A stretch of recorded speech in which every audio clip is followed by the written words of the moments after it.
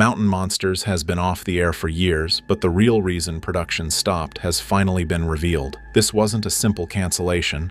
It was a forced shutdown triggered by massive lawsuits, insurance investigations, and fraud allegations that Travel Channel desperately tried to hide. Former crew members are now exposing systematic evidence fabrication, cast members suing each other over stolen money, Trapper's family demanding justice. The truth buried for years is finally coming to light. Subscribe now, because what's being revealed about why Mountain Monsters really ended is darker than anyone imagined. Mountain Monsters production came to an abrupt halt in late 2022, but the circumstances surrounding that shutdown were deliberately obscured by Travel Channel and the production companies involved. What viewers were told was a mutual decision to end the series after a successful run was actually an emergency stoppage triggered by legal and financial crises that made continuing production impossible. Cast members arrived for what they believed would be a routine filming week in West Virginia, only to be informed via group text message that production was suspended indefinitely. No explanation was provided beyond vague references to business complications requiring immediate attention. Equipment trucks that had already arrived at filming locations were turned around and sent back to storage facilities. Local guides and property owners who'd been contracted for the week's investigations were told their services were no longer needed, with some never receiving the cancellation fees they'd been promised in their agreements. The chaos and lack of communication revealed a production in complete disarray, scrambling to shut down operations before information about brewing legal problems became public knowledge. Crew members who'd worked on Mountain Monsters for years were blindsided by the sudden shutdown. Camera operators, sound technicians, and production assistants who depended on the show for steady income found themselves unemployed without warning or severance packages. Several crew members later reported that their final paychecks bounced, requiring them to pursue legal action just to recover wages they'd already earned for work completed before the shutdown. The production company, Ping Pong Productions, stopped responding to phone calls and emails from cast and crew seeking information about when or if filming would resume. The silence suggested something far more serious than typical production delays or budget negotiations. Industry insiders began hearing rumors about lawsuits, insurance problems, and financial irregularities that had finally caught up with a show that had been operating under questionable practices for years. Travel Channel maintained public silence about the shutdown for months, refusing to confirm or deny whether Mountain Monsters would return. That silence was strategic.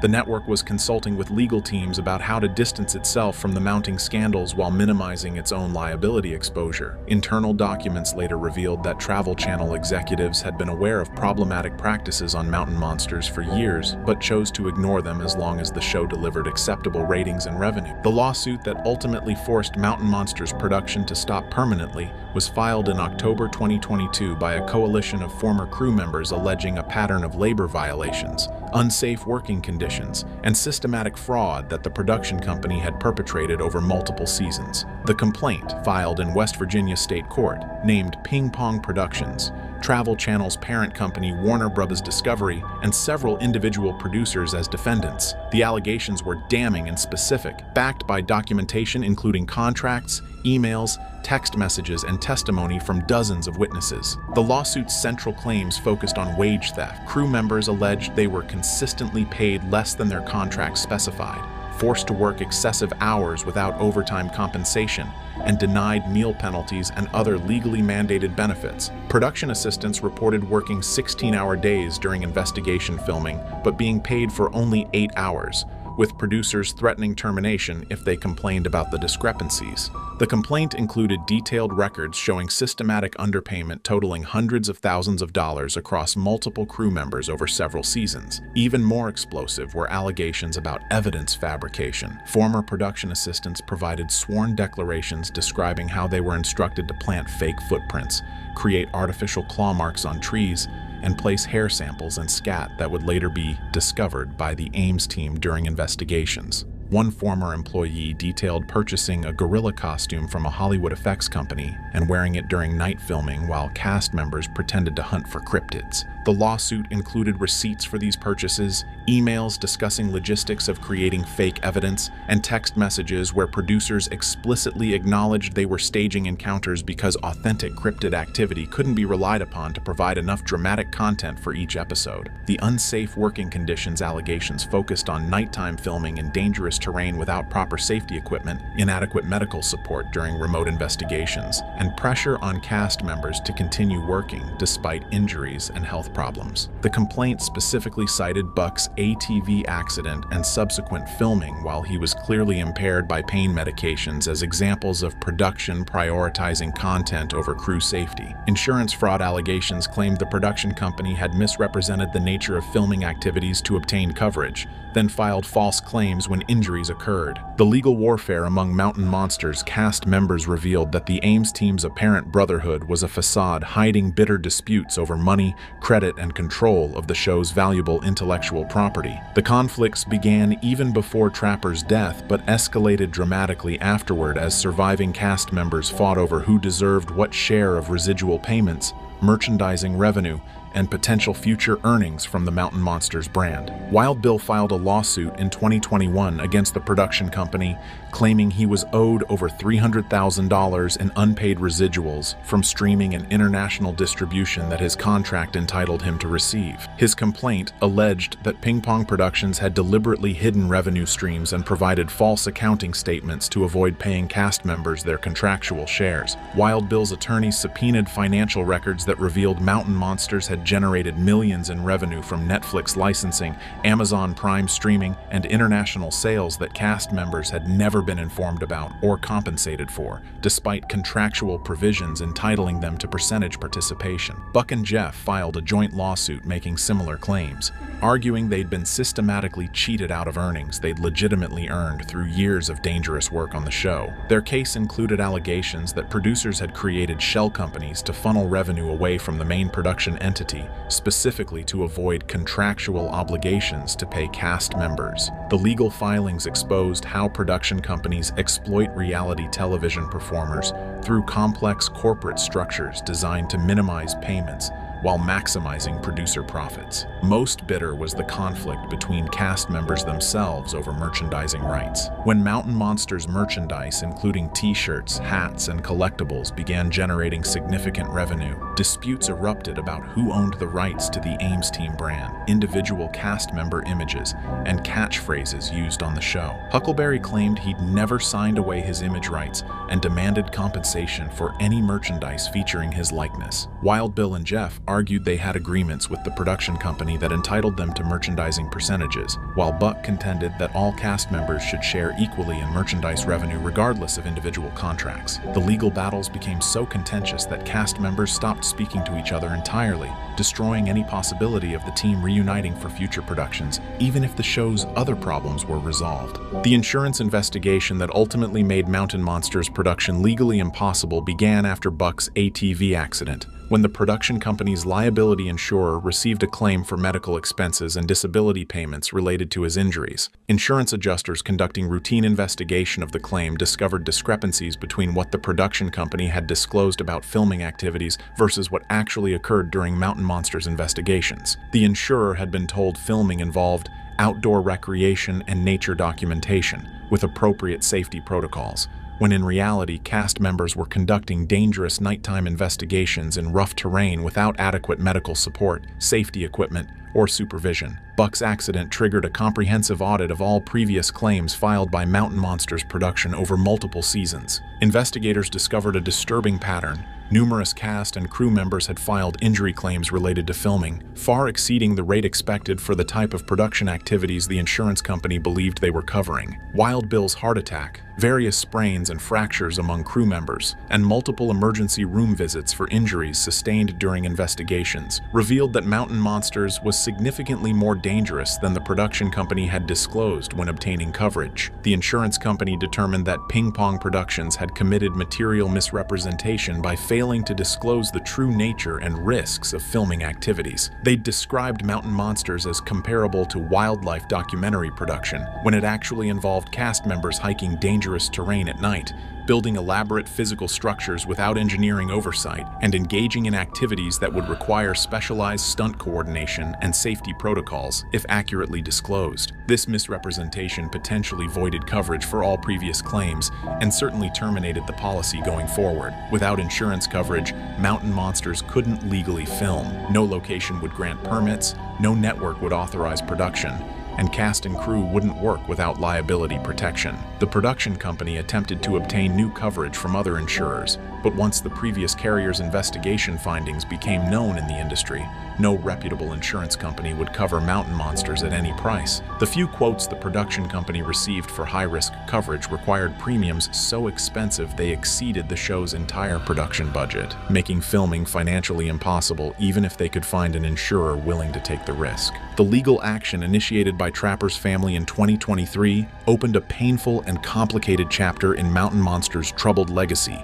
pitting Trapper's widow and children against the production company and network over how their deceased family member's image and legacy had been exploited since his death in 2019. The family's attorneys filed suit claiming that Ping Pong Productions had made verbal promises to compensate Trapper's estate for continued use of his image in episodes, promotional materials, and merchandise following his death, but had never formalized those promises in writing or made any payments. After Trapper died, Mountain Monsters continued airing episodes featuring him, released tribute merchandise with his image, and used his likeness extensively in marketing materials to promote new seasons, all generating revenue that his family never received a share of despite alleged promises from producers. The lawsuit argued this constituted both breach of contract based on oral agreements and violation of Trapper's publicity rights that passed to his estate upon death. West Virginia law provides that publicity rights, the right to control commercial use of one's name, image, and likeness, survive death and can be enforced by heirs for a specified period. Trapper's family claimed the production company had no legal right to continue profiting from his image without compensation to his estate, yet they'd done exactly that for over 3 years, while stonewalling the family's requests for accounting and payment. The emotional dimension of the lawsuit was heartbreaking. Trapper's widow described watching Mountain Monsters merchandise featuring her late husband being sold online and in stores while her family struggled financially with medical debt from his final illness and funeral expenses that the production company had promised to help with, but never did. She testified in depositions about producers calling after Trapper's death expressing condolences and assuring her the family would be taken care of, then subsequently ignoring her calls and emails when she attempted to discuss the promised financial support. The family's legal demands were substantial. They sought an accounting of all revenue generated from Trapper's image since his death, compensation for past use of his likeness, and an injunction preventing any future commercial use of Trapper's image until a licensing agreement with appropriate compensation was negotiated. The injunction threat was existential for Mountain Monsters because Trapper was the show's most beloved figure, and removing him from future content would eliminate much of the show's nostalgic appeal and marketability. The systematic evidence fabrication on Mountain Monsters was exposed in devastating detail when multiple former production assistants came forward with documentation proving that virtually every major cryptid encounter and evidence discovery on the show had been staged, scripted, or manipulated to create false drama. The whistleblowers provided attorneys with emails, text messages, invoices, and video footage that painted a picture of a production built entirely on deception from its earliest seasons through its final episodes. One former production assistant provided a detailed written statement describing his responsibilities during filming, which included arriving at investigation locations hours before cast members to plant evidence that would later be discovered during filming.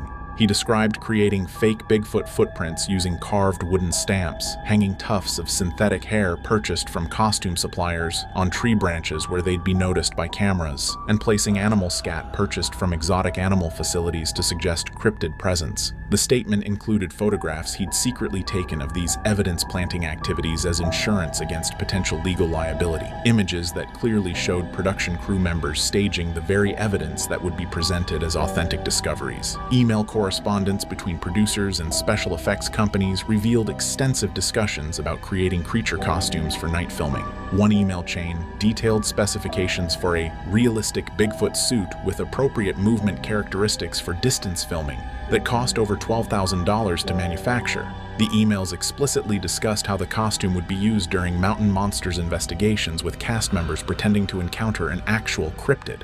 Invoices for the costume purchase and rental agreements for subsequent uses provided irrefutable documentation of premeditated fraud. Text messages between producers showed casual acknowledgement of the fabrication with jokes about manufacturing evidence, and discussions of which cast members were better at selling fake discoveries convincingly on camera. Perhaps most damning were behind-the-scenes video clips that production assistants had recorded on personal phones showing the reality of filming versus what appeared in broadcast episodes. One clip showed a dramatic Bigfoot encounter being filmed multiple times from different angles with a clearly visible person in a costume, followed by producers coaching cast members on how to react more convincingly for the final take that would air. The authenticity that made Mountain Monsters appealing was completely manufactured. Multiple property owners across West Virginia filed lawsuits against Mountain Monsters production, claiming trespassing, property damage, and filming without proper authorization or compensation. The legal actions revealed that producers had often filmed on private land without securing proper permits or landowner consent, relying on verbal agreements that were never formalized or compensated appropriately. One lawsuit filed by a family in Pocahontas County detailed extensive property damage caused by construction of elaborate traps and staging areas for investigations. The production had built wooden structures, dug pits, and cleared vegetation without permission, leaving behind debris and environmental damage when filming concluded. The property owners estimated repair costs exceeding $50,000 and sought compensation plus punitive damages for the unauthorized use of their land for commercial purposes. Another case involved a landowner who claimed producers had promised payment of $5,000 for location access, but never delivered the money despite filming multiple episodes on the property over 2 seasons. When the landowner attempted to collect, producers stopped responding to communications entirely. The lawsuit included text messages and emails documenting the original agreement and subsequent attempts to obtain payment. Most problematic were allegations that production had filmed in state parks and protected wilderness areas without proper permits from authorities. West Virginia Department of Natural Resources investigators discovered that Mountain Monsters had conducted filming in restricted areas, built structures in protected habitats, and violated environmental regulations regarding waste disposal and vegetation disturbance. The state issued fines totaling over $100,000 and referred the matter for potential criminal prosecution. These land disputes created additional legal and financial burdens that made continuing production untenable while also damaging relationships with West Virginia communities that had initially welcomed the show as promoting local cryptid folklore and tourism. Travel Channel's decision to permanently end Mountain Monsters came after executives conducted a comprehensive cost-benefit analysis revealing the show had become a massive liability that outweighed any remaining revenue potential. The network faced mounting legal exposure from multiple lawsuits naming Travel Channel alongside production companies as co-defendants. Even if the network prevailed in litigation, defending against claims would cost millions in legal fees while generating negative publicity that damaged Travel Channel's brand reputation with viewers and advertisers. Ratings for Mountain Monsters had declined significantly in later seasons as viewer skepticism about evidence authenticity increased, and the show failed to evolve beyond repetitive investigation formats. The loss of Trapper had hurt viewership substantially, and attempts to continue without him proved unsuccessful at retaining audience loyalty. Meanwhile, production costs had increased due to insurance complications, legal compliance requirements, and cast member salary demands, shrinking already marginal profit margins to unsustainable levels. Network executives recognized that Mountain Monsters had become associated with fraud allegations and exploitation controversies that conflicted with Travel Channel's efforts to position itself as a credible source of adventure and exploration content. The show's reputation for faking evidence undermined the network's other paranormal programming and created skepticism among viewers about whether any Travel Channel content could be trusted. The decision was made to cancel Mountain Monsters permanently, cease all future development, and gradually phase out the show from streaming platforms and syndication to distance the network from ongoing controversies. Travel Channel announced plans to develop new cryptid and paranormal investigation programming with stricter authenticity standards, enhanced safety protocols, and transparent disclosure about investigation methods to rebuild viewer trust damaged by Mountain Monsters' troubled legacy. Wild Bill attempts independent YouTube content with minimal success.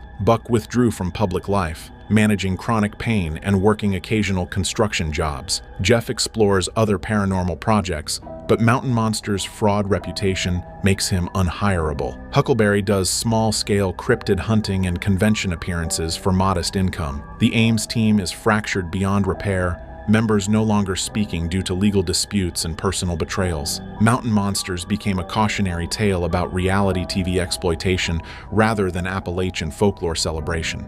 Mountain Monsters has been chasing something through the forests and hollows of Appalachia for 3 full seasons. The Ames team has tracked it, set traps for it, and come closer to it than any investigation crew has ever gotten to an unidentified creature in the history of paranormal and cryptid television. But they have never been able to say with certainty that what they were chasing was real. Until now. What the team confirmed during the final days of their most recent investigation is something that changes not just the trajectory of this show, but the entire conversation around what is living in the mountains of the American East. If you are new here, subscribe now, because this is the confirmation that 3 seasons of evidence was always building toward. To understand the full weight of what the Mountain Monsters team just confirmed, you need to understand what this show is, what it has been building across 3 seasons of pursuit, and why a confirmation from the Ames team carries a different kind of credibility than a similar claim from almost any other cryptid investigation program currently operating in this space. Mountain Monsters is not a show that was designed around a single creature or a single region.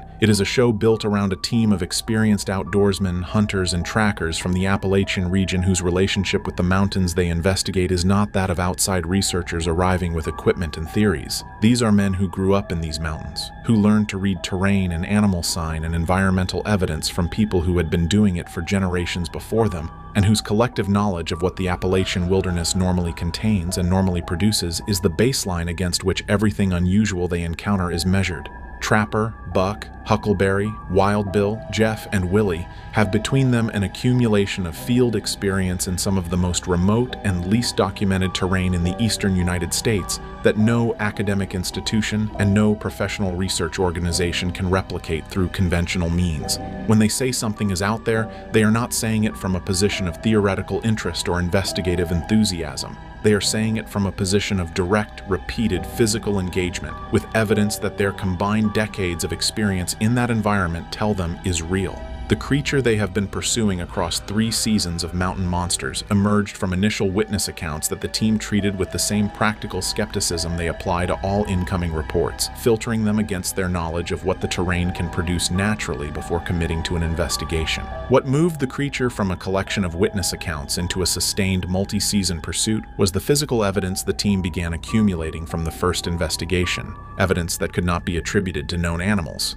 that was consistent across locations and witnesses who had no connection to each other, and that pointed towards something operating in the Appalachian wilderness at a scale and with a behavioral profile that the team's collective experience had no existing category for. 3 seasons later, the Ames team has more physical evidence, more documented encounters, and more accumulated testimony from credible mountain witnesses than any previous cryptid investigation in the show's history. And now they have something more than evidence. They have confirmation. The confirmation that the Mountain Monsters team just delivered did not arrive without context. It arrived at the end of 3 seasons of investigation that produced a body of evidence so consistent and so specific that the confirmation, when it came, felt to the people who had been following the pursuit closely, not like a surprise, but like the inevitable destination of a line of evidence that had been pointing in one direction from the beginning. The first season of the creature's pursuit established the foundational profile. The initial witness reports that brought the Ames team to the region described encounters with something large,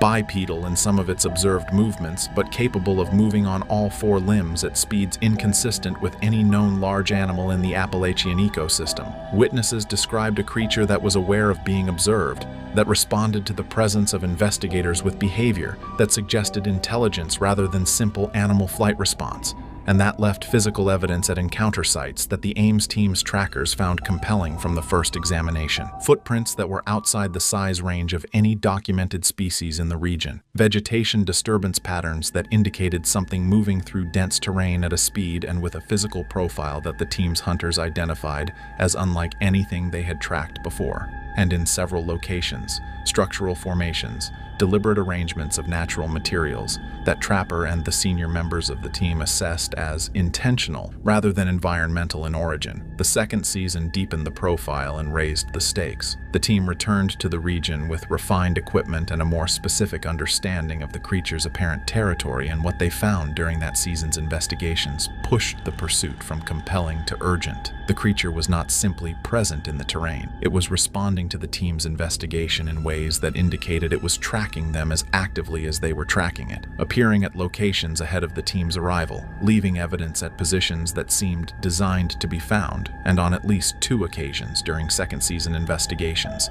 making direct physical contact with the investigation in ways that produced undeniable evidence of proximity that the team had not previously achieved. The 3rd season was the season that produced the confirmation. The team arrived with a level of preparation and a depth of prior evidence that allowed them to operate with a precision and a focus that the earlier seasons had been building toward, and what they encountered during the final investigation of the 3rd season was something that the accumulated context of everything that had come before made impossible to dismiss or explain away. Understanding what the Mountain Monsters team confirmed requires understanding what the creature they have been pursuing actually is, or more precisely what the 3 seasons of evidence suggested is, because the creature at the center of this pursuit does not fit cleanly into any of the existing categories that Appalachian cryptid investigation has previously worked with, and does not match the profile of any of the more widely discussed unknown animals that have been reported in the region over the past century. The physical profile assembled from the accumulated evidence of 3 seasons of investigation describes something that is significantly larger than any known predator in the Appalachian ecosystem. The footprint evidence, collected from multiple locations across a substantial geographic range, indicates a creature of considerable height and mass, with a foot structure that the Ames team's trackers have described as unlike any known animal print they have encountered in decades of work in that terrain. The stride length documented in track sequences found during the 2nd and 3rd season investigations suggests an animal capable of covering ground at speeds that are inconsistent with its apparent physical mass when measured against the movement capabilities of comparable known animals. The behavioral evidence is in some ways more significant than the physical. The creature has demonstrated across 3 seasons of investigation a consistent pattern of intelligent response to the Ames team's investigation activities that goes beyond the reactive behavior of even the most cognitively complex known animals in its environment. It has altered its routes in response to the team's trap placements in ways that suggest it understood the purpose of those structures. It has appeared at locations that the team had identified as strategically significant in ways that suggest it was monitoring the investigation's progress, and it has left evidence at encounter sites that the team's most experienced trackers interpret as deliberate communication, though what specifically is being communicated and to what purpose remains one of the central unanswered questions of the entire pursuit. The witness testimony that has accumulated around the creature across the 3 seasons of investigation is notable for its geographic spread and its consistency. Reports have come from witnesses in multiple counties across 2 states, from people with no connection to each other and no awareness of other reports, describing encounters with the same creature profile with a specificity and a consistency that the Ames team has found striking.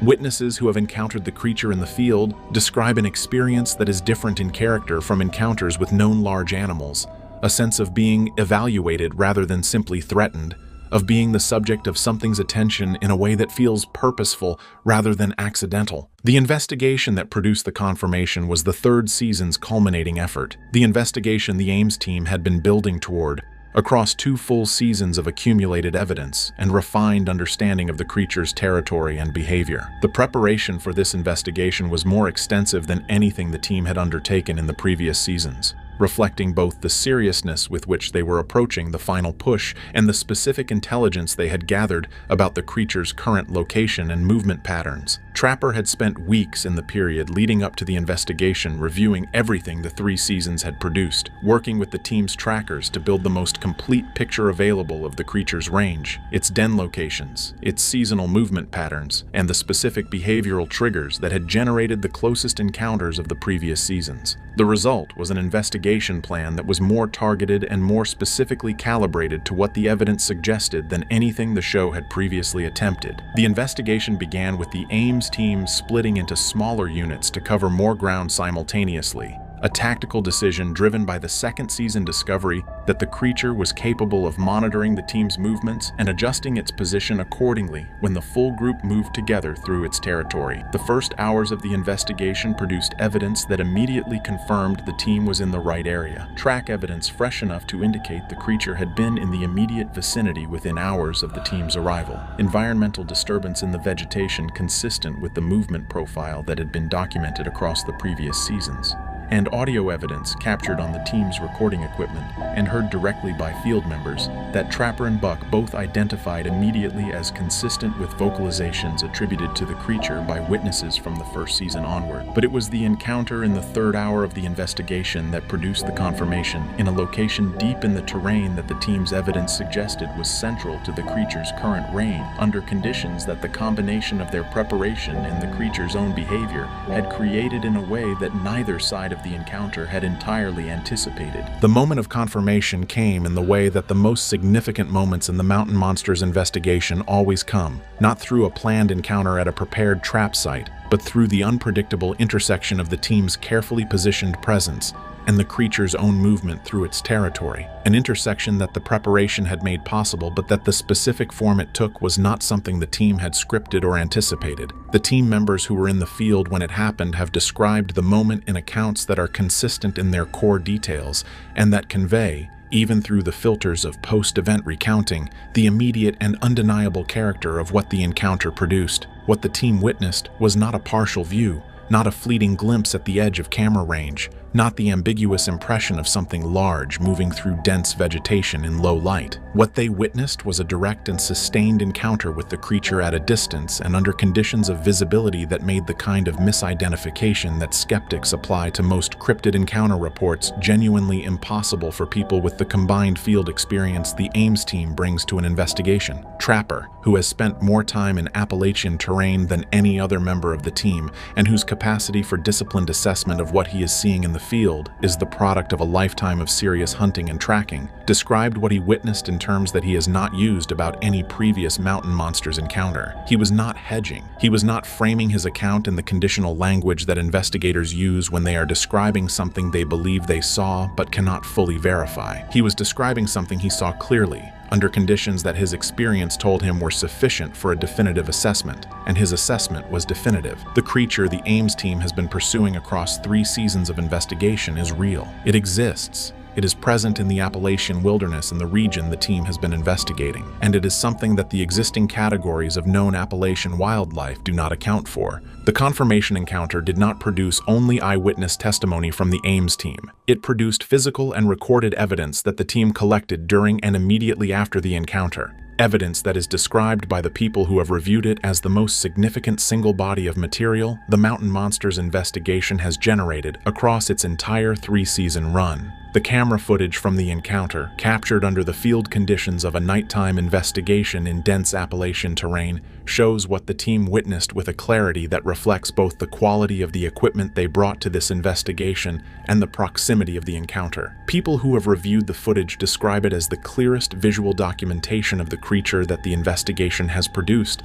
Not perfect by the standards of a controlled photographic session, but sufficient under the assessment of the team members who were present and who have the experiential baseline to evaluate what they are seeing to constitute genuine documentation of an animal that is not a known species. The track evidence collected from the encounter site in the hours immediately following is described as the best the investigation has produced. Prints left in substrate conditions that preserved detail at a level not achieved in previous seasons, at a scale consistent with the physical profile the 3 seasons of evidence had suggested, and in a sequence that documents the creature's movement through and away from the encounter location in a way that allows a clear reading of its gait, speed, and direction of travel. Biological material collected from the site, from locations where the creature's proximity to vegetation and terrain surfaces during the encounter created opportunities for collection that previous investigations had not produced, has been submitted for analysis. The results of that analysis are not yet publicly available,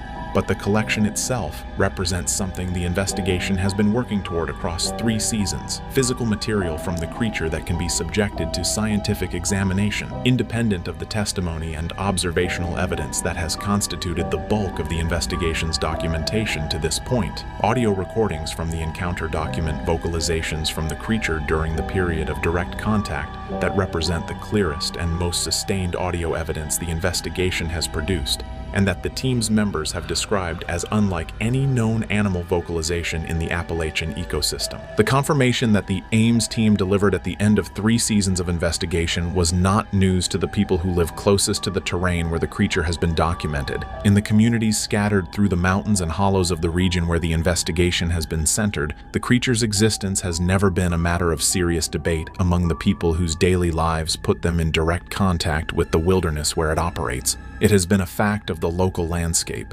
acknowledged in the practical and undemonstrative way that rural mountain communities acknowledge facts about the natural world they share, without drama and without the need for outside validation, because the evidence of direct experience has always been sufficient for people who trust what they have seen with their own eyes in terrain they have known their entire lives. The witnesses who provided the initial reports that brought the Ames team to the region represent only a fraction of the people in those communities who have direct personal experience with the creature. The ones who came forward did so with the particular combination of conviction and reluctance that characterizes people who know what they saw and are aware that saying so publicly invites a response from the outside world that does not reflect the seriousness with which the experience deserves to be treated.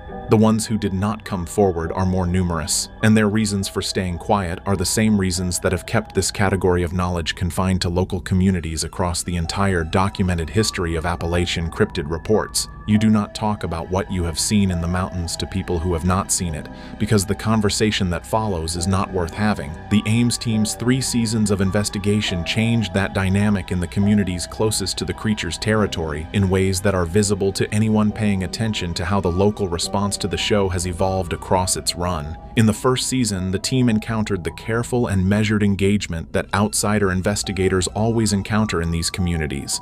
The willingness to share what is directly relevant and the withholding of everything that could be dismissed or ridiculed. By the 3rd season, something had shifted. The teams demonstrated seriousness, their field credibility, and their consistent treatment of local witnesses with the respect that comes from investigators who share a fundamental orientation toward the natural world, had opened channels of communication that produced information the investigation could not have accessed any other way. The confirmation the team delivered is built in part on that information, on knowledge that had been held in these communities for generations and that became available to the investigation only because the investigation had earned the trust of the people who held it. The mountain monster's confirmation does not exist in isolation. It lands in a context defined by decades of documented cryptid reports from the Appalachian region, by a history of investigation that has produced compelling evidence without achieving the threshold of confirmation, and by a broader cultural and scientific conversation about unknown animals in North America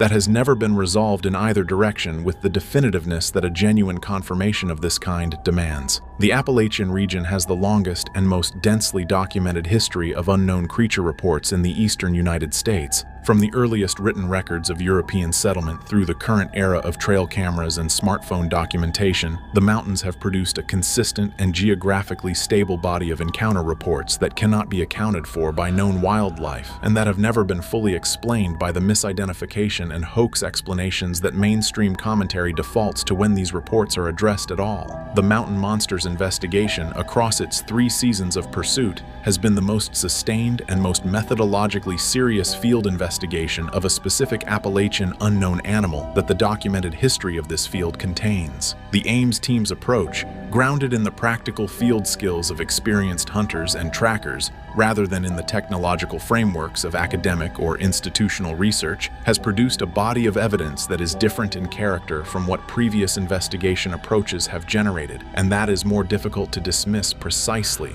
because it comes from people whose relationship with the natural world is practical and immediate, rather than theoretical. The confirmation they have delivered changes the terms of the broader conversation in ways that will take time to fully register. Within the cryptid investigation community, it represents a threshold that has not previously been crossed with this level of documented support, a shift from compelling evidence to confirmed reality that the community has been working toward across decades of field investigation. For the broader scientific and cultural natural conversation, it raises questions that cannot be indefinitely deferred. If the Ames team's confirmation is sustained by the biological evidence currently under analysis, the implications extend well beyond the specific creature they have been chasing. They extend to what the existence of that creature says about what else may be living in terrain that human investigation has consistently underestimated. The confirmation the Mountain Monsters team delivered at the end of 3 seasons of pursuit is not an ending. It is a threshold, and what lies on the other side of it is a set of questions and obligations that the investigation, the show, and the mountain communities where this creature lives are only beginning to reckon with. For the Ames team, the confirmation changes the character of everything that comes next. 3 seasons of investigation have been oriented around the question of whether the creature is real.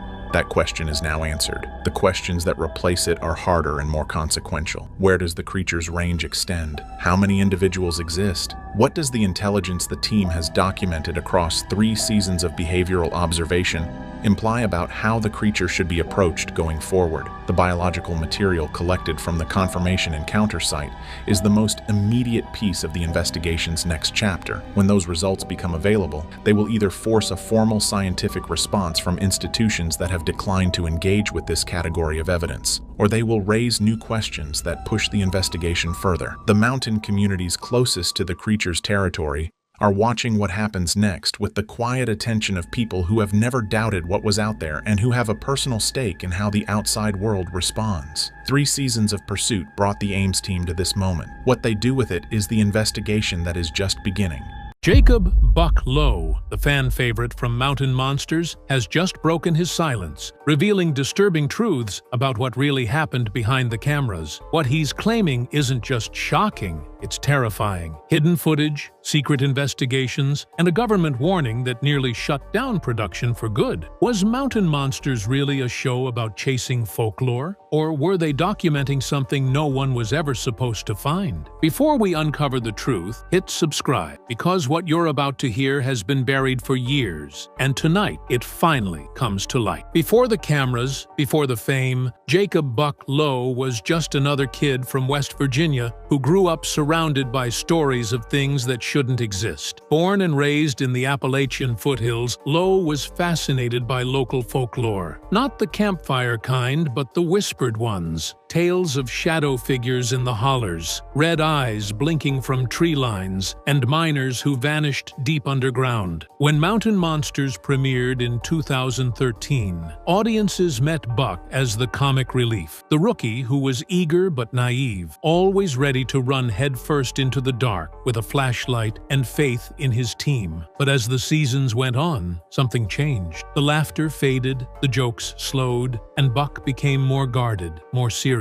Off-camera, castmates said Buck had developed an obsession with cross-referencing the show's locations with historical records and old missing person reports. He'd spend hours in county libraries, talking to locals who refused to go near certain ridgelines. He wasn't looking for monsters, one former producer claimed. He was looking for patterns. Fans who met him at conventions described him as polite but distracted, like his mind was elsewhere, still out in those woods. The transformation wasn't lost on his fellow cast members either. Wild Bill once joked during a live stream, "Buck ain't sleeping good. Man's dreaming about the woods, talking back." What few knew was that Buck had started keeping a private journal filled with sketches and cryptic notes that didn't make sense to anyone else. When pressed about it, he'd smile and say, "Just in case we find something they don't want us to." That line would prove prophetic, because behind the curtain of the show's entertainment veneer, Buck was uncovering details about the Appalachian region that didn't fit neatly into folklore, details that made even the producers nervous. And it all began with a single investigation the network would later erase from its archives. The story that changed everything began during the filming of the 2015 episode known internally as The Creature of Boone County. It was supposed to be another thrilling hunt. Thermal cameras, motion sensors, and wild theories about a cryptid seen near an old railway tunnel. But what the crew captured that night, according to Buck, was something that made even the most skeptical members of the Mountain Monsters team fall silent. They were tracking heat signatures moving just beyond the tree line when Buck spotted a humanoid figure standing upright at the edge of the clearing. It wasn't running,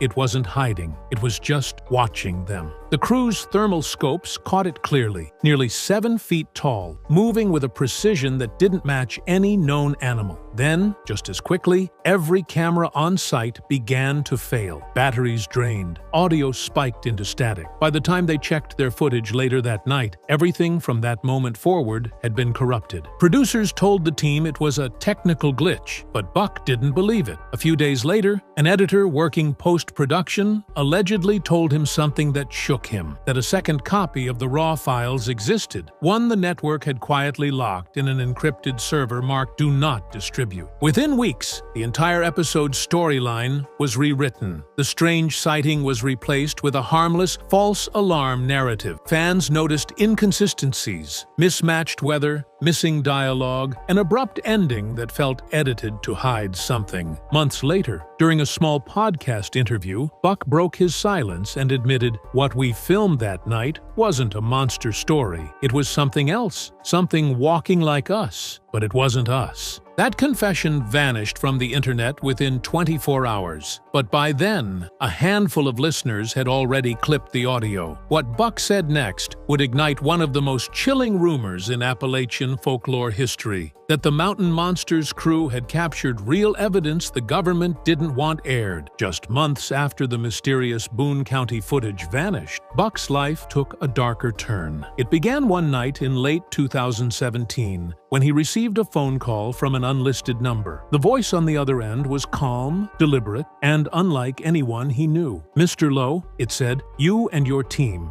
need to stop filming in the Tigard Valley region. There are areas marked restricted for a reason Buck assumed it was a prank. But when the caller mentioned the exact coordinates of their next shoot, a location not yet released to the network, his stomach dropped." The voice paused, then added, "You've already seen something you shouldn't have. Don't make us come down there again." And then the line went dead. Buck immediately tried to trace the call, but his phone log showed no record of it. The number didn't exist. When he called his carrier, the technician claimed there was a temporary system error on his account. Days later, those records were gone entirely. Buck told his producer, who brushed it off as a fan or hoax, but the timing was too precise. He turned to the one man who would take him seriously: John "Trapper" Tice, the team's legendary leader. When Buck explained what happened, Trapper went quiet. Then, after a long pause, he said, "Son, we've been watched for years. Every time we get close, the ground starts shaking. They don't want folks knowing what's under it." That week, Buck started noticing small, unsettling details. A dark SUV parked down the road from his house, a drone hovering above the team's base camp, strange clicks on his phone line during interviews. Crew members laughed it off, but Buck was convinced someone was following them. On the next shoot, he confronted the issue directly during a filmed segment, saying on camera, "If they're listening, maybe they'll finally tell us why." But that entire scene never aired. Editors later said it didn't fit the tone. From that moment on, Buck realized Mountain Monsters wasn't just documenting folklore. It was stepping on the toes of something far bigger, something that didn't want to be found. In 2018, Buck's quiet suspicion turned into full-blown paranoia, or at least that's what his colleagues thought. He had become fixated on uncovering what really happened to the missing Boone County footage. After months of asking questions, he finally got a tip from a former production assistant who had worked in the editing room during that season. She told him that before the files were deleted, someone from outside the Destination America network had accessed the servers remotely. They weren't producers, she whispered. They were federal. According to her, an entire batch of raw footage was copied and flagged under a government code label, Non-Terrestrial Wildlife, Class 7. That phrase didn't match any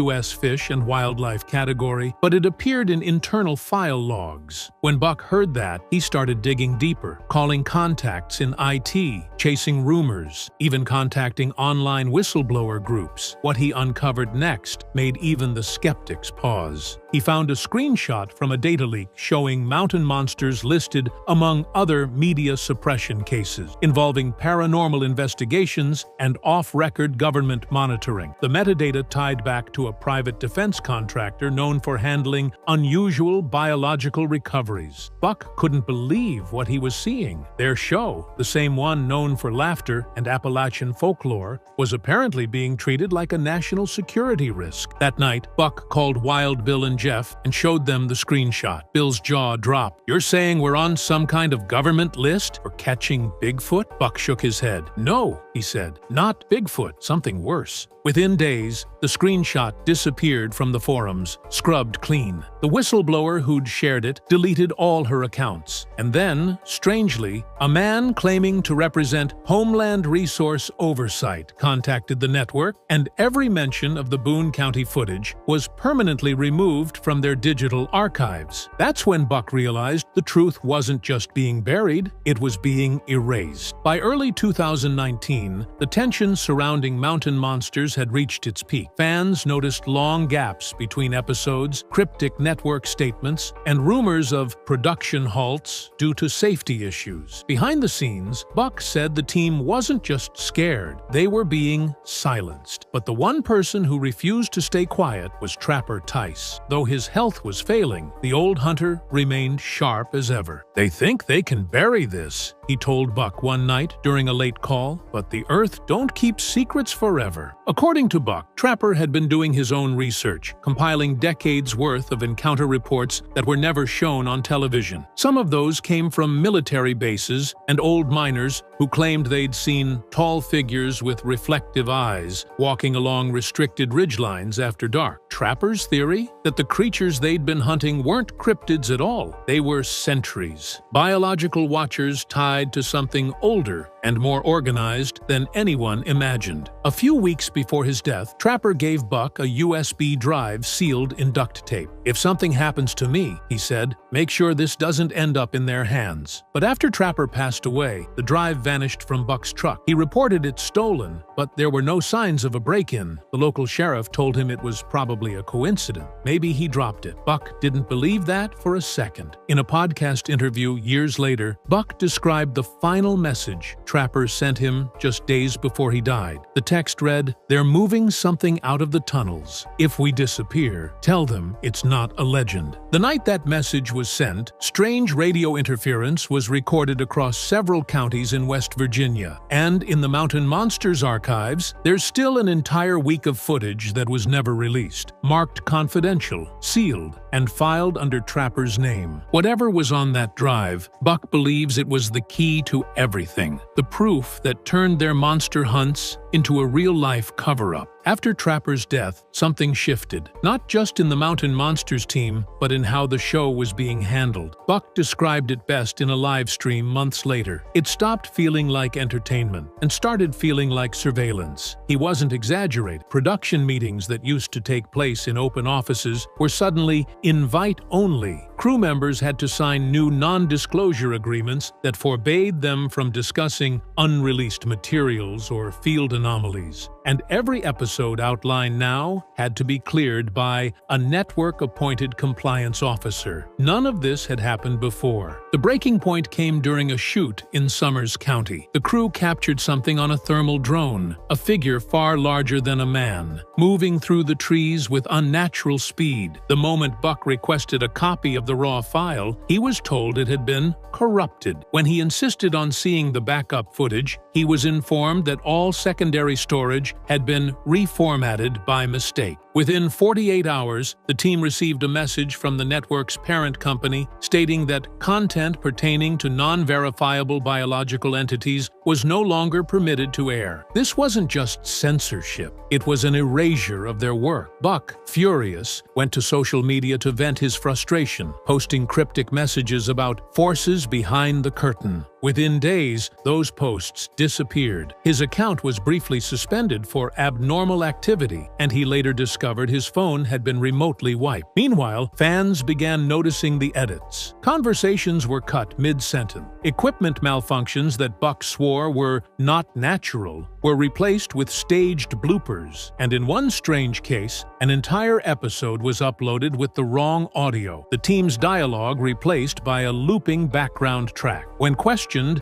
the network's PR team said it was a post-production error, but Buck didn't buy it. He believed the truth was being buried again, and this time it wasn't some faceless editor behind the curtain. He started to suspect the involvement of something much deeper, a partnership between private media and government handlers. Because if Mountain Monsters was ever allowed to show what they'd actually seen in those woods, he believed the world's understanding of reality would never be the same. By late 2020, Jacob Lowe was no longer the same man who first appeared on Mountain Monsters as the big-hearted rookie with an infectious laugh. He was paranoid, withdrawn, and convinced that someone, or something, was keeping tabs on him. Crew members later claimed that Buck had started keeping detailed journals filled with coded notes and strange sketches of symbols he said were etched into trees during night shoots. "It's a warning," he told one cameraman. "They mark the places we're not supposed to go." In December of that year, Buck vanished for 4 days. According to his family, he'd told them he was going on a solo scouting trip in an undisclosed area of the Appalachian foothills. When he returned, he was shaken and refused to talk about what happened. But those close to him said he was different. He started locking his doors in broad daylight, stopped taking calls from the network, and deleted his online presence almost entirely. Then, just as fans began speculating about his absence, a strange video surfaced on a conspiracy forum. It appeared to show Buck in a wooded area, his camera shaking as he whispered, "They weren't supposed to be here. It's not just one creature. There's a gate." The clip ended abruptly, cutting to static. Within 12 hours, the video was removed. The forum moderator later stated that external takedown requests had been filed by a government media agency. When Buck resurfaced on Mountain Monsters months later, he looked exhausted but strangely composed. His demeanor had changed, calmer, more cautious, almost rehearsed. He avoided direct questions about the missing footage and made vague comments about respecting the boundaries. Off camera, though, he told a podcast host that some truths aren't meant for television. Behind the scenes, crew members claimed he'd received a non-negotiable ultimatum from outside advisors, warning him to stay quiet if he valued his safety and the show's future. Fans noticed it too. Buck's eyes told a different story. Whatever he saw out there during those missing 4 days, it was enough to silence him, and enough to convince him that Mountain Monsters was no longer hunting legends. It had stumbled onto something the world wasn't ready to face. In early 2021, whispers began circulating among Mountain Monsters fans and insiders alike. Rumors of a lost tape, one that Buck had recorded during his mysterious 4-day disappearance. The footage allegedly surfaced briefly on a dark web server under the cryptic title Black Site Footage 001. According to those who claimed to have seen it before it was taken down, the video showed Buck walking through a fog-covered ravine at night, holding a flashlight and muttering into a handheld recorder. "It's watching from the ridge," he said breathlessly. "Not one of ours. Not an animal. They built it." Midway through the clip, a high-pitched frequency distorts the audio, and a figure appears in the distance. Humanoid, but not human. Its outline shimmered, like heat mirage meeting flesh. Then, without warning, the camera dropped, and the screen went black. At the end, a single frame flickered before the feed cut out. An insignia, a triangle inside a circle, surrounded by the Latin words Specula Silentium. Translated, it means the Watchers of Silence. That was enough to send conspiracy forums into overdrive. Some users claimed that the emblem belonged to a secret intelligence branch operating beneath the U.S. Department of Energy, specializing in anomalous biological containment. Others believed it was tied to a private defense contractor with deep ties to government-funded research in the Appalachians. Whatever it was, the tape was gone within hours, scrubbed from every host site by unknown IPS, traced to Virginia. Buck never confirmed or denied the video's authenticity, but those who spoke to him after said he looked terrified. In a leaked email exchange between him and a producer, Buck allegedly wrote, "They made contact first. The truth isn't about monsters, it's about us." Not long after, Buck quietly resigned from Mountain Monsters. The official statement said he was taking time for personal reflection, but insiders say he was forced out after warning the network that airing certain episodes could compromise national stability. Weeks later, the show's archives were abruptly moved off-site, sealed under contractual audit. The drive containing Buck's private research logs was destroyed in what the network called a technical failure. But despite every attempt to erase him, the rumor of that tape, the one showing what Buck found in the fog, refuses to die. Because somewhere in those mountains, the Watchers are still waiting. And Jacob Lowe may have been the only man to ever catch one looking back. By 2023, Jacob Lowe had become a ghost of his former self, a man haunted not by what he didn't find in the woods, but by what he did. When he finally resurfaced for a podcast interview, his voice trembled as he spoke about things not meant for TV. He didn't name names, but his words were heavy. They told us we were chasing legends, but legends don't make satellites move. Legends don't make black SUVs show up after filming. The host nervously laughed it off, but Buck wasn't joking. Soon after that interview aired, strange things began happening to those involved. The video was removed from YouTube within 48 hours for content violations, and the host's studio email account was locked by an unknown administrator. Buck's name disappeared from the Mountain Monsters website entirely, his biography scrubbed as if he had never been there. Even the promotional posters featuring him were replaced with edited versions showing only the remaining team members. Insiders claim Buck went off the grid completely. No social media, no public appearances, not even contact with his old castmates. But behind closed doors, rumors spread that he had been working on something, a tell-all documentary that would expose what Mountain Monsters really uncovered before the network buried it. Allegedly titled The Hidden Ones, it was said to include fragments of the banned footage, interviews with whistleblowers, and proof that government-funded contractors had been monitoring cryptid sites across Appalachia since the early 2000s. Then, in the spring of 2024, the project vanished. Funding pulled, files erased, the team disbanded. A single anonymous post appeared on Reddit the same week, reading only, "Buck was right. They weren't hunting monsters. They were hunting witnesses." No one has heard from him since. But one thing's certain, the truth Buck tried to tell didn't just die with the show. It's out there, buried in encrypted servers, in unmarked archives, and maybe even in the same woods where this story began.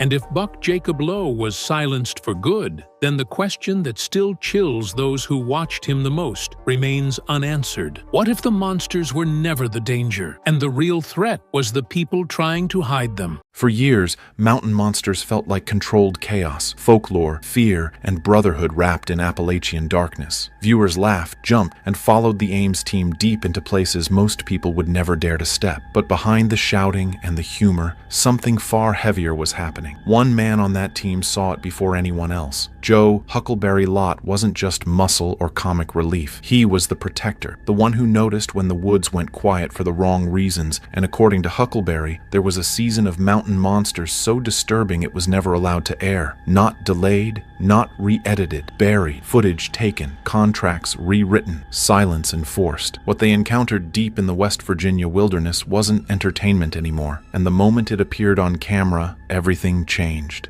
Subscribe now, because what Huckleberry eventually revealed suggests the real monster wasn't what they were hunting. It was the truth the network didn't want anyone to see. To most viewers of Mountain Monsters, Joe Huckleberry Lott was the steady presence in the chaos. While the rest of the Ames team shouted, joked, and charged headfirst into the woods, Huckleberry stayed grounded. He spoke less, he moved deliberately, and when things started to feel out of control, eyes always drifted toward him. Not because he was the loudest, but because he was the one people trusted when fear stopped being fun. Off camera, that role went even deeper. Joe Huckleberry Lott wasn't just the team's muscle or security, he was its stabilizer. Crew members have described him as the person who checked everyone's mental state after long nights, the one who stepped in when tempers flared or panic set in. When a hunt went sideways, it was Huckleberry who made the call on whether they pushed forward or pulled back. That authority didn't come from the show. It came from years of shared experience and trust. As mountain monsters grew in popularity, that responsibility only increased. The stakes rose, locations became more remote, shoots lasted longer, and the line between performance and genuine danger blurred. While viewers saw the same familiar format, those on set noticed changes in Huckleberry long before the audience did. He grew quieter between takes. He stopped joking back. Sometimes he'd wander off alone after filming, standing at the edge of the tree line as if listening for something no one else could hear. What unsettled the crew most wasn't fear, it was recognition. Huckleberry didn't act like a man imagining threats. He acted like someone who had seen patterns repeat. When others laughed things off, he didn't. When producers encouraged bigger reactions, he resisted. On one occasion, after a teammate joked about provoking whatever they were hunting, Huckleberry cut him off sharply. He warned that you don't challenge something unless you're ready for it to respond. The mood shifted instantly. That wasn't a line, it was conviction. By the mid-2010s, Huckleberry had become the emotional center of the team, and also the first to sense that the hunts were no longer just stories. Something had changed in the woods, and whatever it was, he felt it before anyone else realized the show was heading toward a breaking point. By the time Mountain Monsters reached its later seasons, something subtle but important had shifted. On the surface, the format was the same: folklore, tracking, night hunts, adrenaline, laughter. But for those paying close attention, the tone had darkened. The humor didn't land the same way.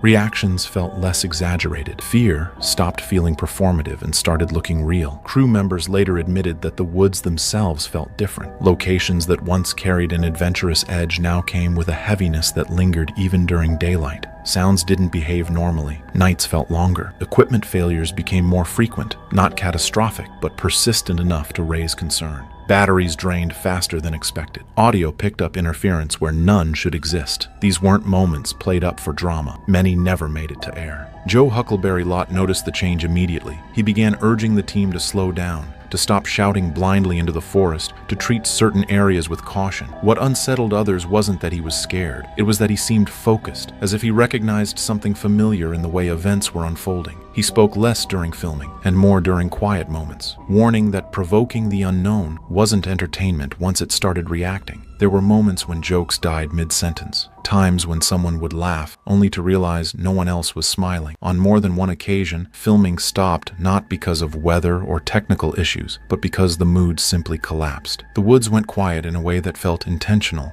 That kind of silence doesn't translate well to television, so it was usually cut, but those who were there remembered it. Fans began noticing the shift too. Online discussions pointed out that the team seemed more tense, less carefree. Huckleberry, once the reassuring presence, looked burdened. His eyes scanned tree lines instead of cameras. He flinched at sounds he would have ignored years earlier. Viewers chalked it up to age or exhaustion. They didn't know the crew was already discussing whether certain hunts should continue at all. Behind the scenes, there were quiet disagreements. Some wanted to push harder, escalate, deliver bigger moments. Others worried they were crossing from investigation into something reckless. Huckleberry was firmly in the latter camp. He believed the woods were no longer reacting to noise or movement, they were reacting to intent. By the time production began planning what would become the unaired season, the question wasn't how to make the show bigger. It was whether the show was still in control of what it was chasing. And for the first time, that answer didn't feel like yes. The investigation that would eventually vanish from public record didn't begin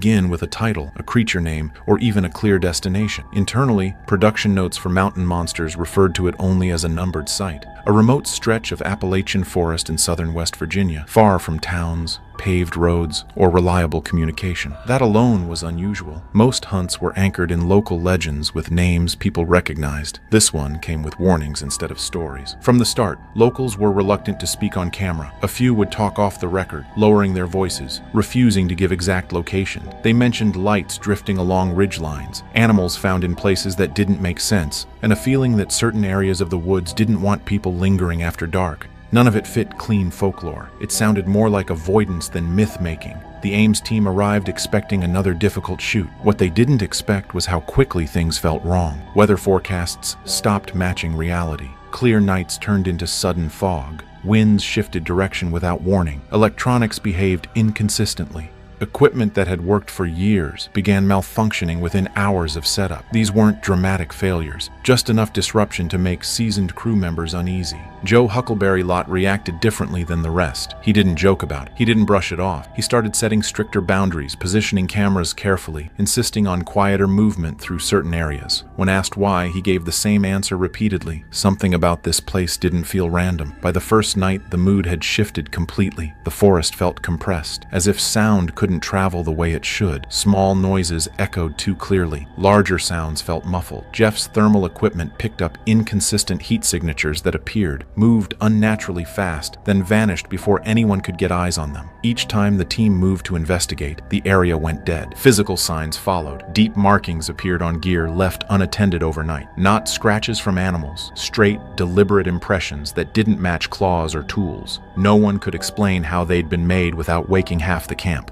Huckleberry stopped sleeping altogether, choosing instead to pace the perimeter until sunrise, watching the tree line as if expecting it to change shape. By the end of the first week, they had more footage than expected, and far less certainty. Whatever they were tracking wasn't behaving like an animal reacting to bait or noise. It was avoiding patterns, studying movement, adjusting. The realization settled quietly among the crew. This wasn't a hunt unfolding, it was an encounter waiting to happen. By the second week, the investigation no longer followed any familiar rhythm. Night hunts stretched longer. Movement was slower, quieter. The Ames team spoke in short sentences, conserving energy and attention. What unsettled everyone was not what they were seeing. It was what the equipment was reacting to before their eyes could catch up. On multiple nights, thermal cameras registered large heat signatures that appeared abruptly at the edge of frame, moved against the slope in ways that defied natural gait, then vanished as soon as someone tried to reposition. For Joe Huckleberry Lot, this was the breaking point between curiosity and caution. He began insisting that every camera stay rolling, even during downtime. He double-checked battery packs, repositioned audio recorders, and warned the crew not to wander off alone. This wasn't fear-driven panic. It was preparation. He behaved like someone who believed the encounter was inevitable and imminent. One night, while reviewing footage in the field tent, the team noticed something subtle but alarming. In several clips, background distortion appeared between trees, not as a clear figure but as a warping of space, like heat haze where no heat source existed. Frame-by-frame playback made it worse. The distortion moved independently of wind. It paused, it adjusted, and in one clip, it appeared to react when a camera operator shifted position, bending slightly as if tracking the lens. No one spoke for several seconds after that playback. There was no excitement, no celebration, just silence. One crew member later said that moment felt like crossing a line, the instant they realized they weren't documenting folklore anymore.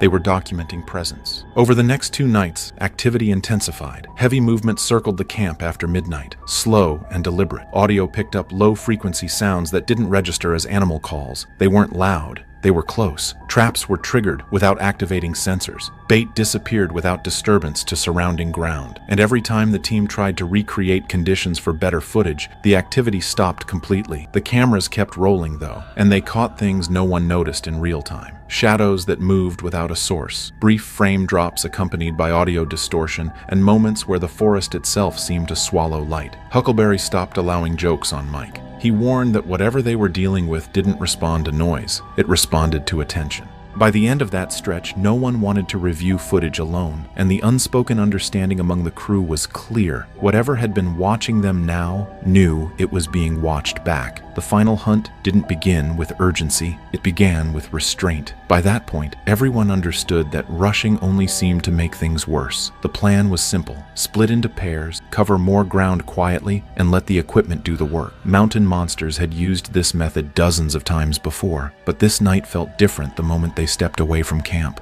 Joe Huckleberry Lot paired off and moved upslope with a handheld camera and audio recorder. The forest was unnaturally still. No insects, no wind. Even their footsteps sounded muted, like the ground was absorbing noise instead of reflecting it. Minutes passed without incident. Then the radios began to crackle. At first, it was just interference, a low hiss. Then a voice cut through. Huckleberries. One word. Movement. What followed wasn't static in the usual sense. It was uneven, pulsing, as if something was breathing directly into the microphone. The sound lasted far too long to be interference. The rest of the team moved toward the signal immediately, calling out with no response. When they reached Huckleberry's location, they found him standing perfectly still, camera raised but unmoving, staring uphill between two trees. The camera was still recording. What it captured wouldn't fully register until later. A faint vertical shape stood just beyond the tree line, tall, indistinct, its outline shimmering as though the air around it was bending. It didn't advance. It didn't flee. It tilted slightly, the way a person might study something unfamiliar. Huckleberry whispered, almost involuntarily, "It's looking at us." Then it vanished. Not by running or retreating, it simply ceased to be there. In that instant, every device shut down. Cameras, audio, thermal, radios, total blackout. When power returned, the time codes had jumped forward 9 minutes. No one could account for what happened during that gap. No one remembered moving. No one remembered speaking. Back at camp, the confusion turned to unease. Several traps had been tripped without triggering sensors. Bait was gone, dragged away without tracks. Buck was shaking uncontrollably, repeating the same sentence under his breath. "It was behind us." The footage was reviewed once in silence, then again, more carefully. No celebration followed, no relief. Huckleberry didn't look relieved either. He looked shaken, not excited, not triumphant. Afraid. Later, he would say the thing that haunted him most wasn't how it moved, it was that it seemed to decide. The morning after the final hunt felt wrong in a way no one could name. There was no adrenaline hangover, no relief, no joking about what they'd captured. The footage sat untouched for hours. When it was finally reviewed in the field tent, the mood turned heavy. No one argued about what they were seeing. They argued about what it meant. This wasn't something that could be cut into a dramatic episode and moved past next week. Within a day, production was halted. Not paused, halted. Calls were made that the Ames team wasn't included in.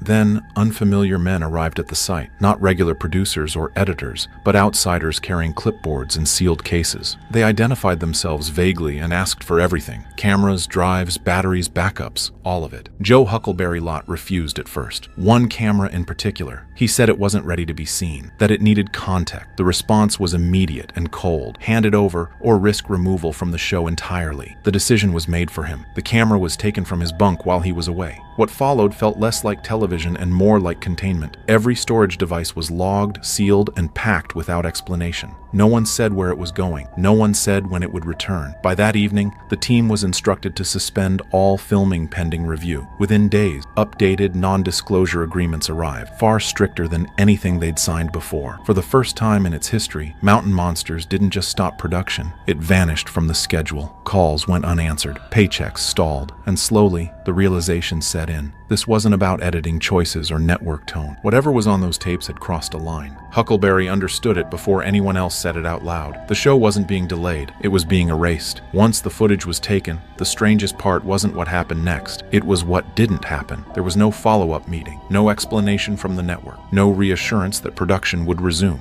Mountain Monsters simply went quiet. Calls from the Ames team went unanswered. Emails disappeared into silence. The momentum that had carried the show for years stopped overnight. Within weeks, the strain began to fracture the crew. The brotherhood that had survived years of long nights and dangerous hunts started to thin under pressure. Some members withdrew completely, avoiding contact and refusing to talk about the trip. Others tried to move on, hoping the silence meant the footage would eventually resurface. But Joe Huckleberry Lot couldn't let it go. He believed what they encountered didn't stay in the woods. He began connecting dots. Reports from locals near the filming area describing similar distortions, odd equipment failures, and sudden stillness in the forest. The stories echoed what the team had experienced almost word for word. To Huckleberry, it felt like confirmation. Whatever they had filmed wasn't bound to one place. Legal pressure followed, quietly at first, then directly. New warnings made it clear that any mention of the unaired season, the location, or the footage would trigger immediate action. Silence wasn't suggested. It was enforced. Faced with real consequences, most of the crew chose to walk away. That decision broke something. The show wasn't just canceled. The shared purpose that had defined the Ames team dissolved with it. To the public, the disappearance of Mountain Monsters looked routine. To those who lived it, it felt deliberate. Huckleberry later said the hardest part wasn't losing the show. It was realizing that the evidence they fought to capture, proof that they weren't just chasing legends, had been taken out of their hands. And once that happened, the hunt wasn't theirs anymore. For years after Mountain Monsters vanished, Joe Huckleberry Lott kept his distance. He still appeared at conventions, still smiled for photos, but anyone who asked about the missing season was met with a polite deflection. To the public, it looked like loyalty to contracts or respect for the network. To those who knew him, it felt more like caution. That silence finally cracked years later, and not in a way anyone expected. Huckleberry agreed to appear on a small paranormal podcast with a limited audience. There was no hype, no marketing push, no warning that anything significant would be said. At first, the conversation stayed safe. Memories, laughs, old hunts. Then the hosts asked about the season that never aired. Huckleberry didn't deny it. He paused. His voice dropped. He confirmed that an entire investigation existed that viewers had never seen. He didn't name the location or describe the footage directly, but his language changed. He said what they captured wasn't something you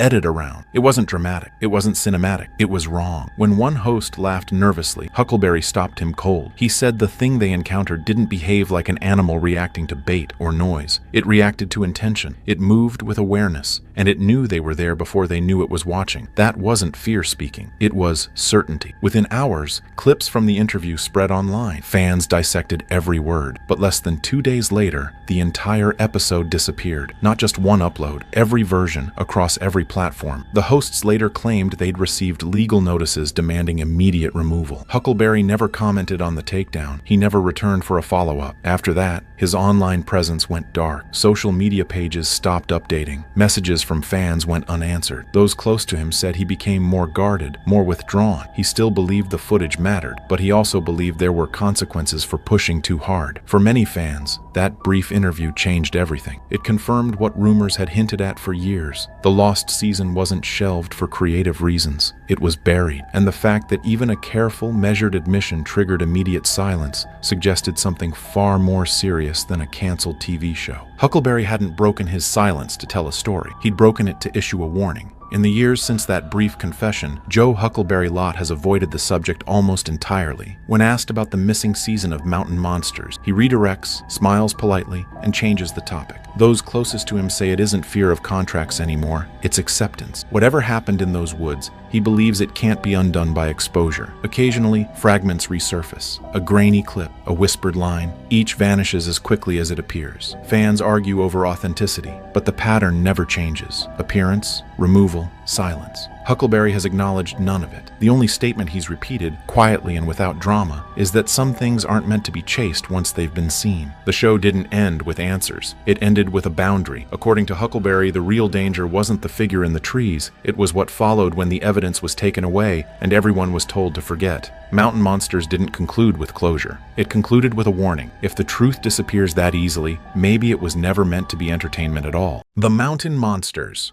AIM's team has investigated creatures across the full stretch of the Appalachian mountain system for 8 seasons. They have documented encounters, physical evidence, and investigation sessions, whose most extreme moments the broadcast record has always managed within the entertainment framework the show's format provides. This investigation was different. What attacked the team during this session has never been identified on camera until now. Subscribe and stay until the very end, because the reveal changes everything. Mountain Monsters has never been a show that backed away from what the Appalachian Mountains produce. 8 seasons, Destination America, and then Travel Channel. The AIM's team, John Richard Tice, who everyone knew as Trapper, Jacob Lowe, who everyone knew as Buck, Joseph Lott, who everyone knew as Huckleberry, Jeff Headley, who everyone knew as Jeffro, Willie McQuillian, and William Neff, who everyone knew as Wild Bill, built their collective reputation on a single operational principle that distinguished them from every other cryptid investigation show the paranormal television genre has produced. They went in. Whatever the location produced, whatever the terrain demanded, whatever the weather and the darkness and the specific quality of the Appalachian wilderness at its most inhospitable required, they went in. They built traps. They conducted night investigations in terrain conditions that the production safety protocols strained to accommodate. They pursued evidence of creatures whose existence the mainstream scientific community declines to engage with, and whose documentation they approached with the specific combination of practical mountain knowledge, physical capability, and collective experience that no studio-assembled production team could replicate. The show worked because the team was real. Their relationships to each other, to the mountains they were investigating, and to the creatures they were pursuing were genuine in a way that the audience recognized without always being able to articulate. Trapper led with the quiet authority of a man whose decades in the Appalachian wilderness had produced a knowledge of it that no academic credential could substitute for. Buck brought the physical energy and the field instinct of a younger man whose mentorship under Trapper had built his mountain knowledge from the ground up. Huckleberry brought the steady, military-trained composure of a man whose 6 years of Marine Corps service had given him the specific quality of situational awareness that sustained field investigation in difficult terrain demands. Wild Bill brought the tracking expertise of a man whose knowledge of the signs that large animals leave in forest environments gave the investigation its most sophisticated evidence assessment capability. And Jeffro and Willie brought the research and construction expertise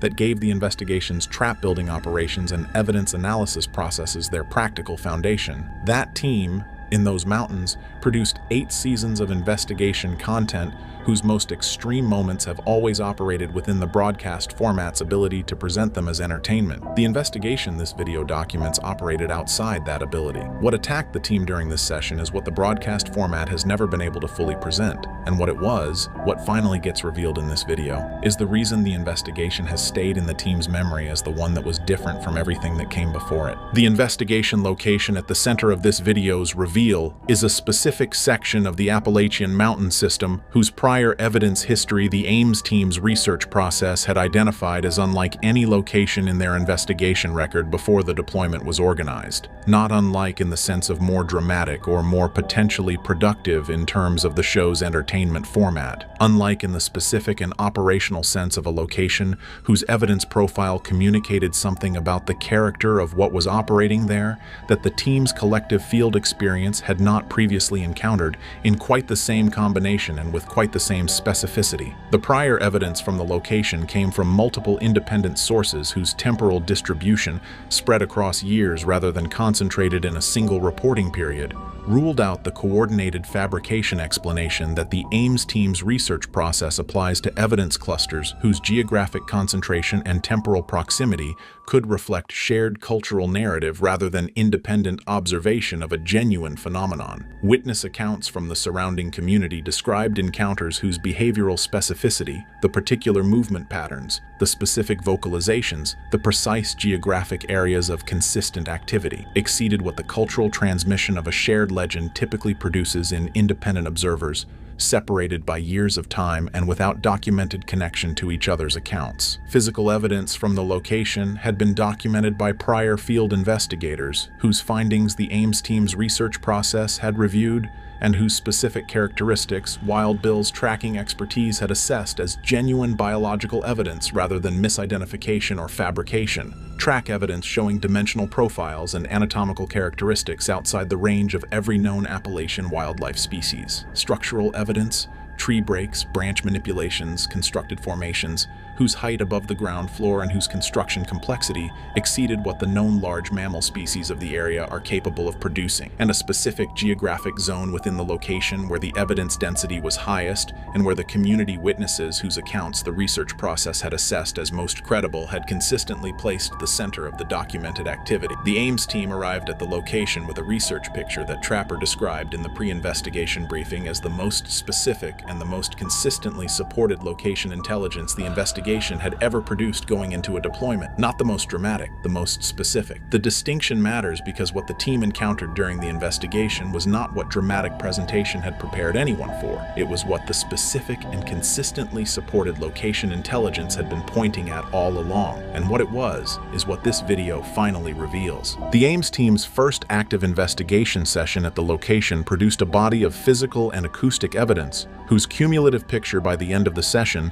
had established something about the nature of what was operating in the location's most active zone that the team's prior investigation record had not previously produced with this level of specificity in a single session. Wild Bill's baseline assessment of the terrain, the systematic survey of the physical evidence in the active zone that his tracking expertise makes the most valuable available to the investigation, established first that the location had been used recently, not recently in the ambiguous sense of evidence whose freshness indicators could accommodate a wide range of deposition timelines. recently in the specific operational sense of a man whose tracking background has given him the reference framework to assess evidence freshness against the environmental variables the location presented, temperature, humidity, substrate composition, and whose assessment placed the most recent activity within 24 hours of the team's arrival.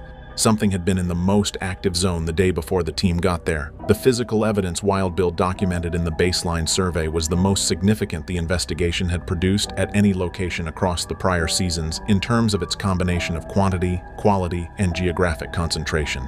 Track impressions whose dimensional profile and anatomical detail he assessed as genuine biological evidence from a species significantly larger than any known Appalachian wildlife. Structural evidence at the active zone's center, whose construction complexity and whose height above the ground floor he characterized in terms that communicated something specific about the species' physical capability. You do not build what was in that location without the physical size and the manual dexterity to do it. And nothing in the Appalachian wildlife reference that Wild Bill's tracking career had built could account for both simultaneously. And biological material at specific locations within the active zone whose freshness and whose specific character Jeffro's research framework identified as consistent with the territorial marking behavior of a large mammal species conducting active territorial maintenance in the period immediately preceding the investigation's arrival. The acoustic session that Trapper directed in the opening hour of the active investigation produced responses that he characterized in real-time communication to the team in terms that his decades of field experience in these mountains reserved for the most significant acoustic encounters of his investigation career. Not one response, multiple responses from independent directions at distances and with timing relationships between them that he assessed as indicating multiple individuals rather than a single source, coordinated, aware of each other's positions, responding to the investigation's call, blasting in a sequenced pattern whose internal organization indicated communication between the response sources rather than independent reaction to the same stimulus. By the end of the first night session, the team had established that the location was occupied by multiple individuals of an unknown species who were aware of the investigation's presence and were communicating with each other about it. What the second night produced in response to that awareness is what the attack at the center of this video's reveal consists of. The shift between the first night's investigation character and the second night's began before the Ames team had advanced beyond the staging area at the active zone's perimeter. The specific quality of the environmental change that preceded the attack is something that every member of the team who has spoken about the investigation in any public or private context has described in consistent terms. Terms whose consistency across independent accounts communicates something about the experience's character that the entertainment format's presentation of what followed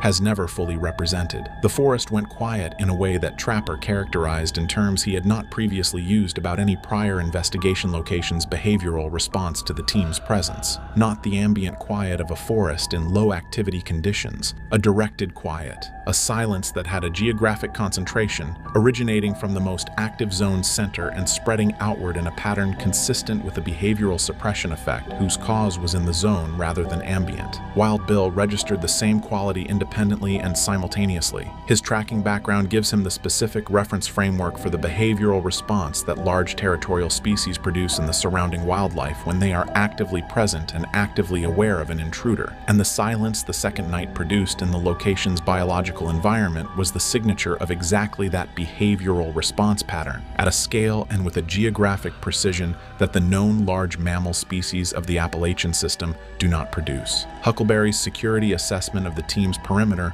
noted specific indicators in the surrounding terrain that his military training's situational awareness protocols identified as significant, specific changes in the vegetation at the active zone's boundary, consistent with the physical disturbance of something large repositioning itself in the cover at the team's perimeter, not moving away from the team's position, moving along it, tracking the perimeter. The thermal camera coverage that Buck was monitoring from the staging area detected signatures at the active zone boundary during this period. Heat returns, whose dimensional profile he described in real-time radio communication to Trapper as too large and too clearly bipedal to be attributable to any Appalachian wildlife species he had documented in the prior season's most significant thermal evidence sessions. multiple signatures, moving with the coordinated spatial awareness of individuals who knew where each other was and who knew where the team was, and who were adjusting their positions in relation to both with the specific behavioral sophistication that the first night's acoustic evidence had already established as characteristic of what was operating in this location. Then the signatures converged on a specific position at the active zone boundary, the position where Buck had advanced furthest from the staging area toward the zone's center during the thermal monitoring session. And then the attack happened. What happened at the mountain monster's active zone boundary during the second night's investigation session is documented in the production's camera coverage from multiple independent units, whose combined record the broadcast format has managed in the specific way that the prior pattern of the show's handling of its most significant evidence would lead anyone familiar with that pattern to predict, presenting the most dramatic elements within the entertainment framework, while the complete documentation remains in the production archive. The attack on the Ames team during this session was not a single event involving a single team member at a single moment. It was a coordinated series of events occurring across a compressed time window whose sequential character, the specific order in which the individual attack components occurred,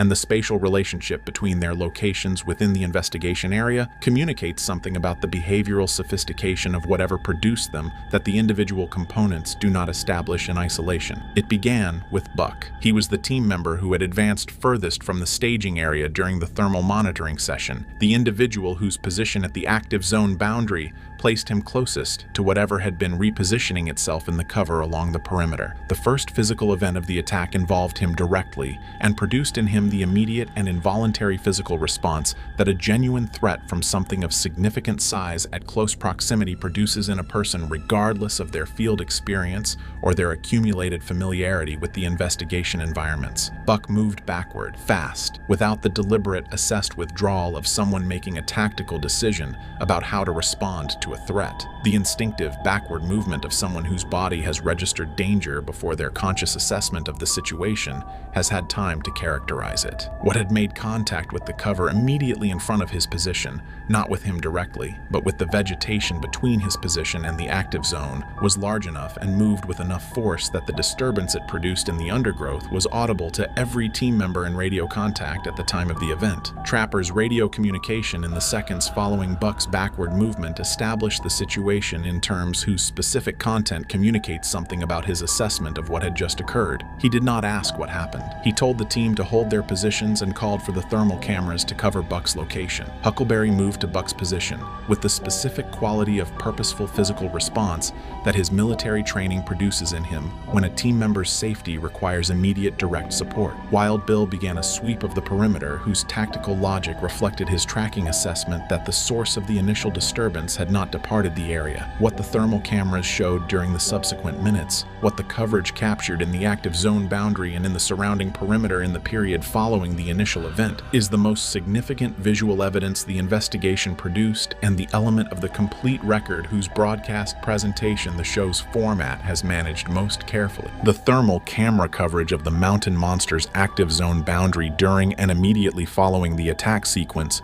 is the visual documentation whose existence and whose character the investigation's most significant evidence record consists of, and whose complete contents the broadcast format's management of the investigation's evidence has presented in the selective way that the prior pattern of the show's editorial process applies to its most extreme findings. What the cameras captured during the attack sequence, across the multiple independent units whose combined coverage the investigation's deployment had established at the active zone boundary, is what every person who has reviewed the complete footage in any context has described using the same specific vocabulary, independently of each other and without the coordination that would make the consistency of their language attributable to anything other than the footage's actual content: large, multiple, moving with a speed and a coordination relative to each other and relative to the investigation team's positions that the known Appalachian wildlife species does not produce in documented encounters with human investigators. The thermal signatures visible in the coverage during the attack window are not at the ambiguous middle distances that the prior season's most significant thermal evidence events have typically occupied, the distances where the camera resolution's limitations and the atmospheric conditions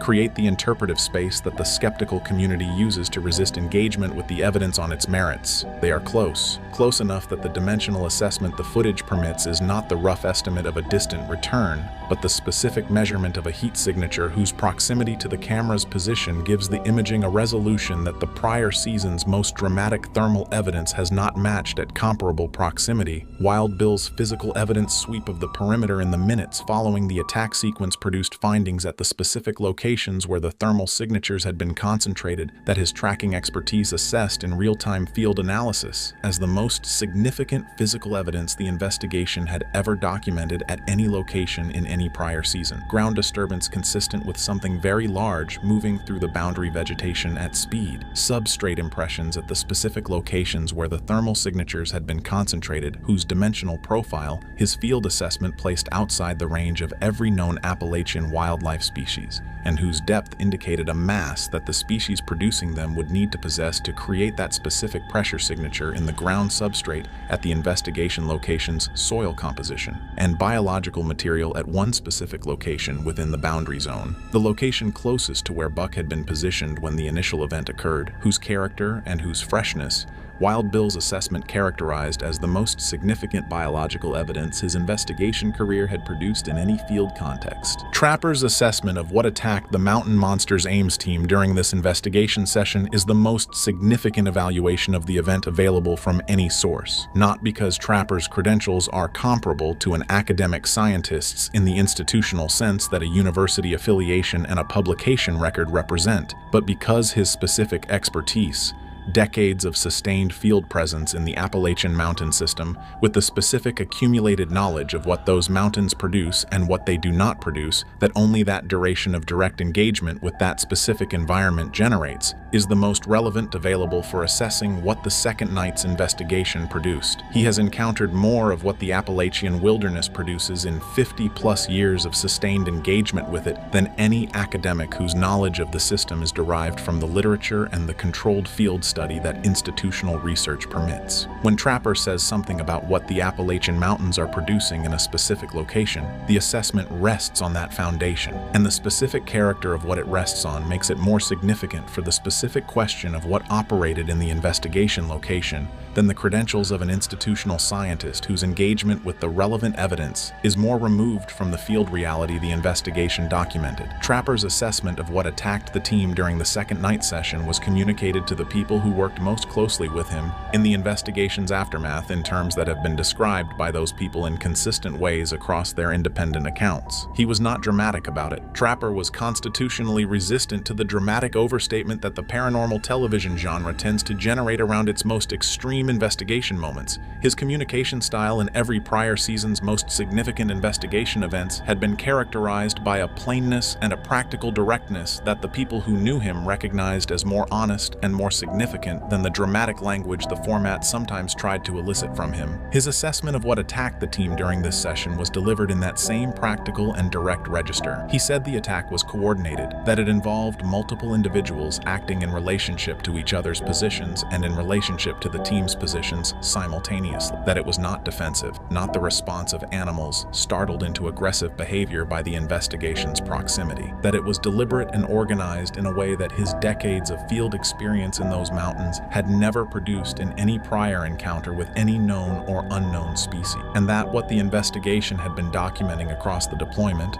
the coordinated acoustic responses of the first night, the organized perimeter repositioning of the pre-attack period, and the coordinated multi-point attack of the second night's active session constituted the most behaviorally sophisticated evidence of an unknown species' organized response to a human investigation that his experience had produced. He did not speculate publicly about what species produced it. He described what the behavioral evidence established about its organizational capability. The speculation is what the reveal this video has been building toward now provides. What attacked the Mountain Monsters Ames team was not a bear. The territorial coordination, the organized multi-point approach, and the behavioral sophistication in tracking the team's perimeter positions eliminates every known Appalachian predator species from consideration. The thermal dimensions, the substrate impressions from Wild Bill's physical evidence sweep, and the acoustic sophistication of the first night's coordinated responses collectively establish a size profile and a behavioral organization that no known Appalachian wildlife species possesses in combination. What the complete evidence record supports is a large, intelligent, socially organized species whose territorial management includes coordinated perimeter tracking, communication between multiple individuals during active territorial defense, and identification of the specific team member whose position made them the appropriate focus of the initial contact event. The Appalachian Mountains have been producing evidence of this species for 8 seasons. The attack is the most direct behavioral documentation the mountain monsters investigation has ever produced of what that species does when an organized human investigation gets close enough to make a territorial response unavoidable.